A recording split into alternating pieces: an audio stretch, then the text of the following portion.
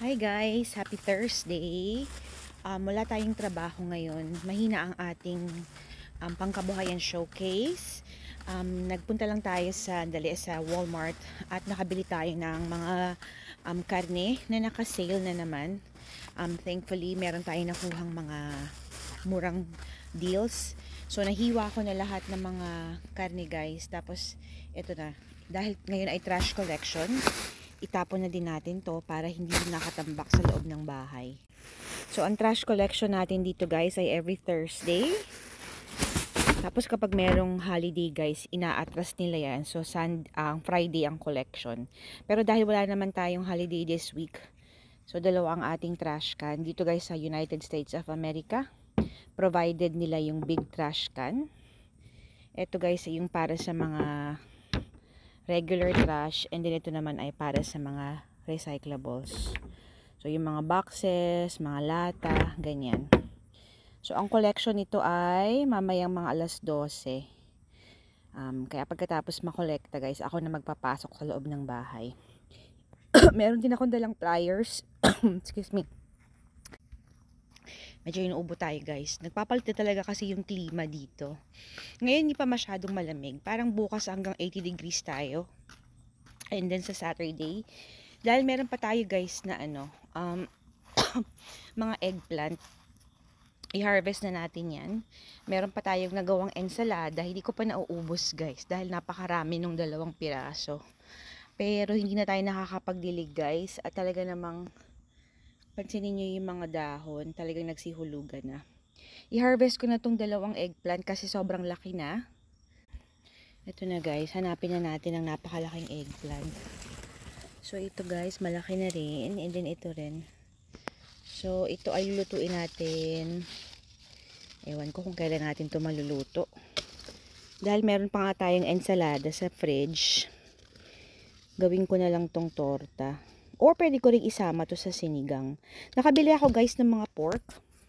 So yung isang pack ay naka-sale siya for $9. Sa isang pack guys, nakagawa tayo ng 3 putahe. So kung susumahin guys, parang $3 lang per meal. Meron akong nagawa para sa sinigang na baboy. Pwede nating isahog yan. Meron pa tayong isa dito guys. O ayan, kita nyo ba yan? Kung kukunin ko na yan, hindi ko naman din lulutuin, sayang naman. Dahil medyo mainit-init pa guys, wag ko muna siyang kunin, baka lumaki pa. So meron pa tayo ditong 4. Dito pala guys 3. Tapos dito naman sa puno na ito ay meron pang 2. So tayo lang mag-isa ngayon guys, maghapon. Si ate ay merong away game, hindi tayo makakapanood dahil yun ay malayo. Mga ano yun guys, 45 minutes to 1 hour. Tapos si daddy naman ay hindi makakasama dahil maghahatid siya kay Jay sa swim practice. Dito naman ako sa likuran guys, pakita ko sa inyo ang ating situation ng ating backyard na talaga namang napakadumi. Ito na guys, ang mga nagsilagasang dahon. Sa Sunday guys ay first day na ng fall. Napakadami nating kailangang ayusin. Gusto ko sanang ligpitin to ngayon guys, kaso lang sobrang sakit ng ating likuran. Sabi ko kay daddy, magpapahinga na lang muna ako for today. Hindi na natin pinupwersa yung sarili natin guys. Kapag kailangan ng katawan nating magpahinga, talagang nagpapahinga tayo. Dahil hindi naman na tayo bumabata. So ito guys, malaking kamatis. Meron pa rin tayong mga tomatoes doon guys. Meron tayong 2 maliit na purple bell pepper. Ayan. So, pag winalis natin to guys, pwede rin nating walisin. Tapos ito guys, ano to? Trash din to. Nakalimutan na ni dading ilagay sa harapan. So, lagay natin to dun sa trash collection. Tapos, subukan ko guys kung malilinis natin ang mga nalagas na dahon. Ipapasok ko muna tong ating napitas, then kunin natin tong trash bag para makolekta na din siya ngayon. Grabe guys, tingnan nyo naman ang ating backyard, talagang napakadumi. Ganyan talaga dito sa ating lugar guys. Dahil meron nga tayong 4 seasons. Meron tayong summer, spring, fall and winter. Ang pinakamakalat guys dito ay yung pagkataglagas nga, yung autumn or fall season. Kasi marami tayong puno. So lahat ng mga dahon na lalagas, kailangan nating ligpitin or linisin. At dahil si daddy naman ay merong work, magmagandang loob na tayo. Kahit masakit ang ating likodan guys, ay subukan nating maglinis kahit papano. Gusto ko sana magpahinga lang, pero parang pag wala akong trabaho guys, parang nakokonsensya tayong mahiga-higa lang at maupo-upo habang si daddy ay naghahanap buhay. Naririnig nyo ba yung tugtog ko guys? Yan ay pang Pasko na. Because why not? Yan ay Filipino Christmas music. So ito na ang ating harvest. Ayan pa ang ating mga kamatis. Napakarami pa din. Ito na guys, kumuha ako ng isang malaking plastic bag. Subukan nating walisan yung ilalim or yung likuran pala.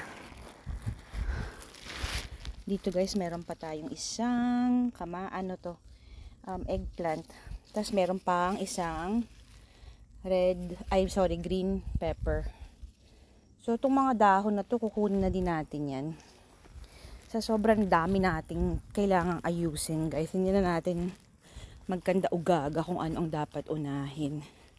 Pero talagang yung deck natin sobrang dumi na, kaya hindi ko na siya matik. Walisan ko muna ng mabilis bago natin ilapat ang ating likuran. Sabi ko kay daddy, ngayong araw na to wala tayong gagawin kundi magpahinga. Sabi naman ni daddy, wag na daw akong mag-alala, maglinis-linis ng ating kabahayan. Pero hindi natin matik. Talaga namang napakadumi. Yung kasing sa taas guys, yung ating upper deck, yung mga nagsihulugang dahon, hinulog ko lang din dito. Kaya ito nga, napakarami. So linisin ko lang ito ng mabilis guys, tapos akyat na rin tayo. Pasok na ako sa loob ng bahay.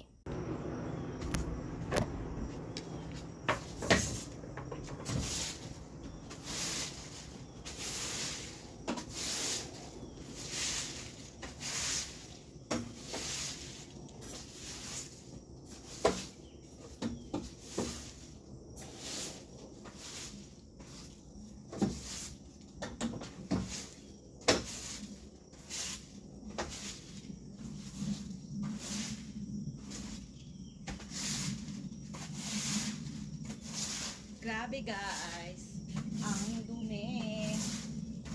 Hindi natin matik ang kalat.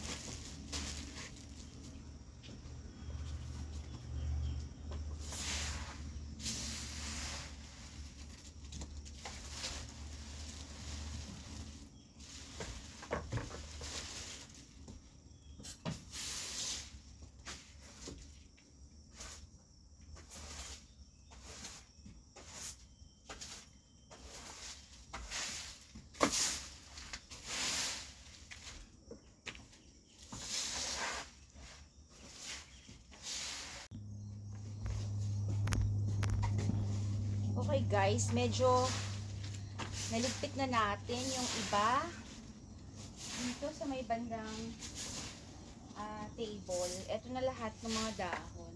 Yung mga meron pa dun sa ilalim guys, hindi na natin wawalisin kasi ayaw kong yumuko.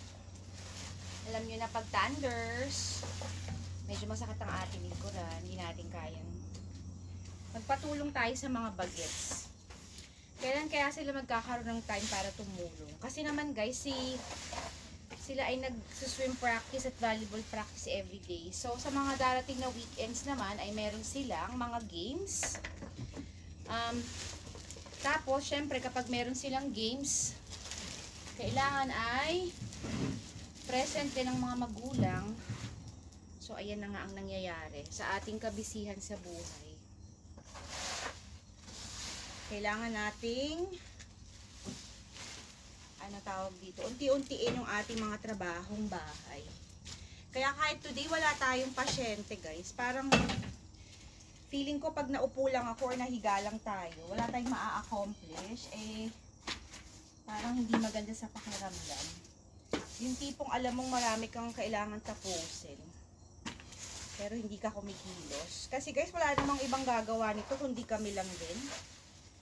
Yung mga bata naman ay tumutulong naman din. Pero kasi ay pagod na rin sila sa mga ano nila, practice, sa mga games nila. So kung sila ay walang kaganapan, magpapatulong tayo. Like si JJ ay araw-araw yung kanyang training. Tapos nakakarating siya sa bahay alas 9 na ng gabi, pasado alas 9 na.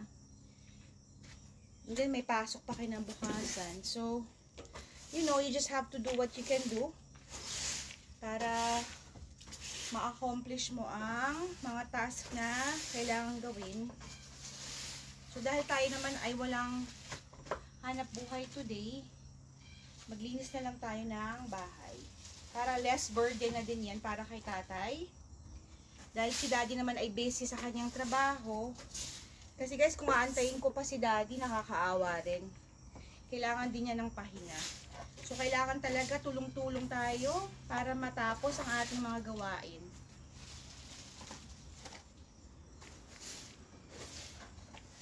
Yan, medyo malinis-linis na guys. For now. Ayan.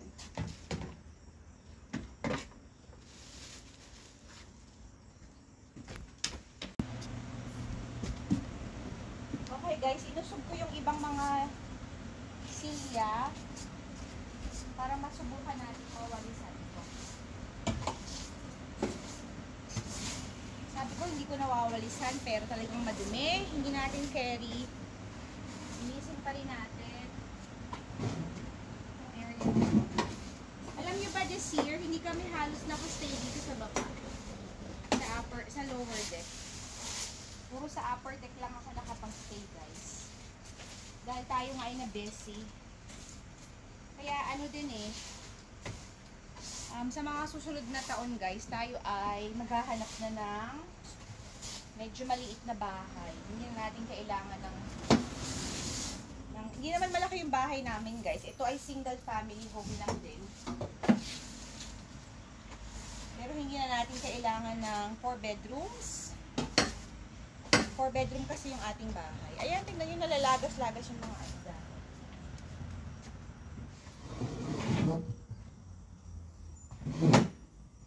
Ay, ginoo ko. Ang daming lakpitin.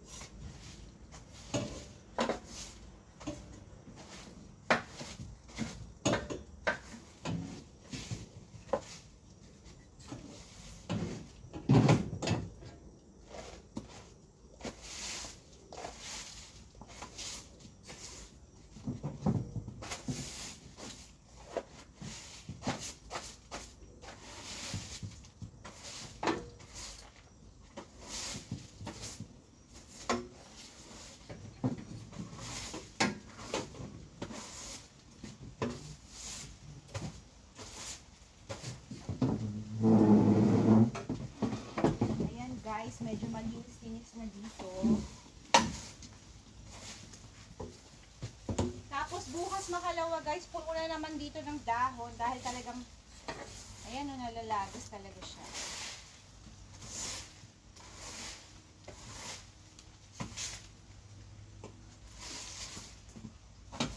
Sana ang bilbil ay pwedeng malagas guys.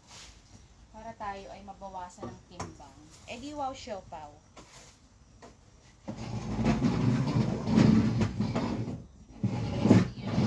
Medyo maayos-ayos na.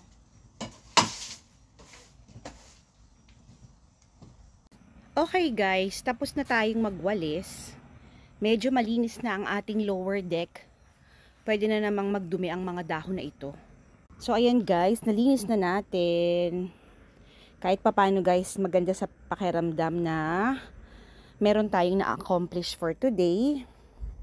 Ayan guys, malinis na siya. Pati yung zinnia na nakatanim dito dahil yun na ituyo na, binunot na natin. So meron tayong isa ditong bag puno ng mga dahon. Tingnan natin dito guys kung meron tayong mga kamatis na ready i-harvest. So ginoo ko. Ang dumi. So ayan guys, ito meron tayong isa dito. Marami pa rin tayong kamatis na nahulog. Aroy, nahulog. Nahulog pa yung kamatis guys. So marami pa rin tayong mga green na tomatoes. Oh. Ayan. So antayin lang natin yang mahinog. Itong ating cucumber guys ay dead balls na. So wala na to guys. Tapos na yan. Dito naman ang ating mga kalamansi na wala pa ring bunga. Kamusta naman yan? Ipapasok na natin to sa loob ng bahay. Bago pa magtaglamig. Ito ang ating mga napakalalaking kamatis. Ewan ko ba naman sa kalamansi na ito. Bakit hindi siya nagbubunga? Wala man lang tayong nakikita kahit isang bunga. Tatanggalin ko na sana yung guys, green beans. Pero may mga nakita pa ako yung green beans dito na nakasabit. Umakyat tayo dito. Aragoy na, tusok tayo. Ayan green beans. Ayan, 3 piraso.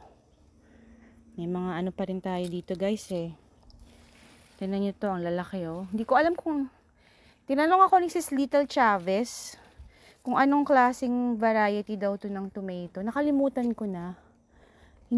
Kung hindi Better Boy, ito ay beefsteak tomato.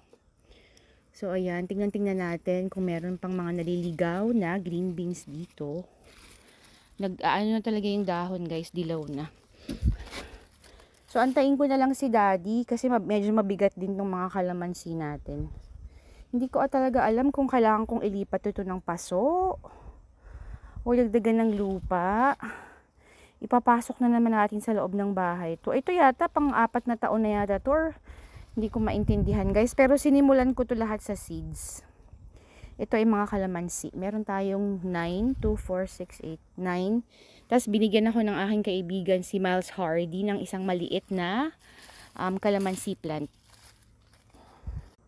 So, ilabas na natin ito para makolekta ng ating mga garbage men. Okay guys, tara na sa loob ng bahay. Tayo na ay magpaka Santa Claus. Meron tayong 2 bags na puno ng mga dahon at kung anik-anik. Ito na guys. Ida-drag ko na lang siya para hindi ko na siya kailangang buhatin. So dahil ako lang mag-isa ngayon sa bahay guys, hindi tayo magluluto ng ating lunch. Kasi kahapon, nagluto si Daddy ng pasta. Meron pa tayong red sauce ng spaghetti. Ay, nangolekta na yata yung mga basura. I think dumaan na yung basura guys. Hindi na to umabot. Tingnan natin. Kung hindi, edi next week na lang. Late ko na kasing nalinis yung ating likuran. Tingnan natin. Perfect. Umabot tayo guys. So, itapon natin ito dito.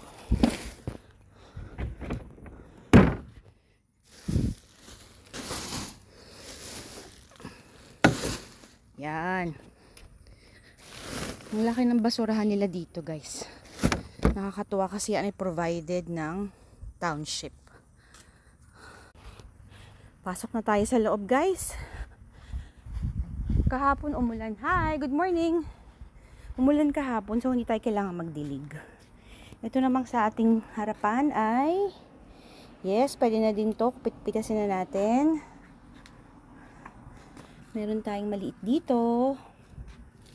So ito guys ay talagang patapos na. Ayan. Ang atin namang Carolina Reaper ay meron pa ring ilang piraso. Kulay green pa yan. So sabi ni Daddy, wag ko na daw ianihin. Pabayaan ko na lang daw yan dyan. Dahil marami tayong na-harvest naman nito ay okay lang na wag nang kunin.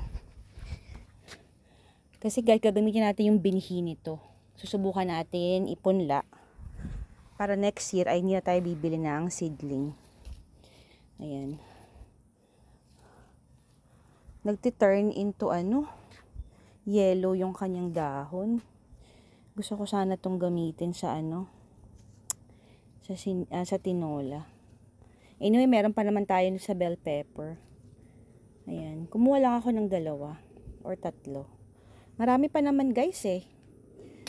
So, sasabihin ko kay Daddy, nagtira tayo ng 5 piraso. Ayan. Okay guys, tapos na tayong maglinis. Ito na ang ating harvest. Ayan na ang ating Carolina Reaper, ang ating tomatoes, eggplants, and beans. So, time check guys, 10:20 AM. Ito ang ating na-harvest ngayong Huwebes. 4 na tomatoes, 3 Carolina Reaper, 3 piraso ng beans, at 2 napakalaking eggplant. So, ito pa ang ating bowl. Ito guys, yung Carolina Reaper na namulan na. Na-harvest kaya ito nung isang araw bago tayo pumasok sa work. So, i-freeze na rin natin yan dahil hindi naman natin magagamit. Tapos yung iba naman ng mga kamatis guys na medyo nabubulok-bulok na. Hindi naman nabubulok, kundi malambot na.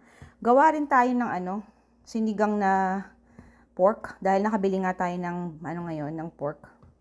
So, gawin nating sinigang yan dahil gusto ni Daddy yan. Meron tayo ditong 3 green pepper. Sasama na natin yan sa ating sinigang. Lagyan din natin ang ating sinigang ng talong. At saka konting sitaw. Ayan. Meron din tayo ditong konting spring mix. Tapos dahil meron tayong nabili sa Sam's Club na rotisserie chicken, gagawa din tayo ng pansit bihon. Dahil meron tayong repolyo at carrots. Sama ko na din to sa pansit. Why not? Kahit 3 piraso. Okay guys, yan lang muna for today's video. Happy Thursday again. Thank you so much for supporting me dito sa Meta World, sa aking mga followers and friends. Lalo-lalo na sa ating mga tala sender. Remember, family time is the best time, and every gising and every harvest with your family is always a blessing. Bye. God bless everyone. Bye-bye.